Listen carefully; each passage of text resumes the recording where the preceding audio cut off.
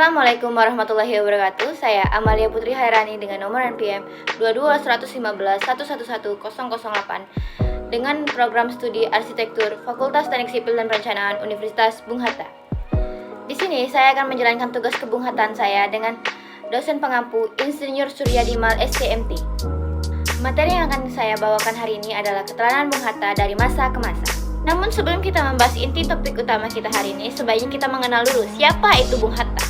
Muhammad Hatta, atau yang kerap kita panggil dengan Bung Hatta, lahir pada tanggal 12 Agustus 1902 di Bukit Tinggi, Sumatera, Indonesia.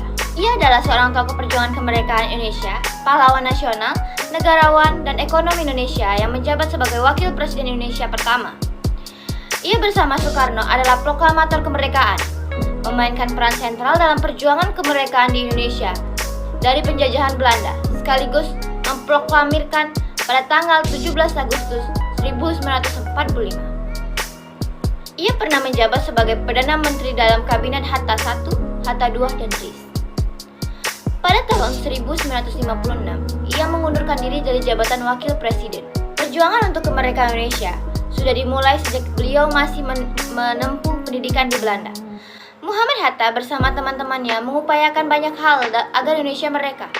Salah satunya adalah menyuarakan kemerdekaan Indonesia di Belanda. Beliau juga bergabung dalam BPUPKI. Bung Hatta juga bergabung dalam Panitia 9 untuk mengolah usul dan konsep perencanaan anggota tentang dasar negara Indonesia. Itu tadi sedikit biografi Bung Hatta. Selanjutnya kita akan masuk ke topik utama kita. Berikut keteladanan yang patut kita tiru dari Bung Hatta.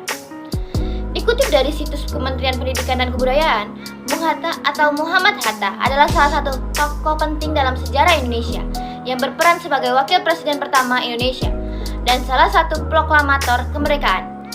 Berikut adalah keteladanan yang patut kita ambil dari Bung Hatta dari masa ke masa. 1. Patriotisme dan nasionalisme. Bung Hatta adalah seorang patriot dan nasionalis sejati. Ia sangat mencintai tanah air Indonesia dan berjuang untuk kemerdekaan Indonesia. Keteladanan ini mengajarkan kita untuk mencintai dan menghormati negara kita, serta berperan aktif dalam membangun bangsa. 2. Kepemimpinan yang adil dan bertanggung jawab. Bung Hatta adalah contoh kepemimpinan yang adil dan bertanggung jawab. Ia menempatkan kepentingan rakyat dan bangsa di atas kepentingan pribadi atau kelompok. Keteladanan ini mengajarkan kita untuk menjadi pemimpin yang adil, transparan, dan melayani kepentingan bersama. 3. Pendidikan dan kebudayaan. Bung Hatta sangat menyadari pentingnya pendidikan dan kebudayaan dalam membangun bangsa.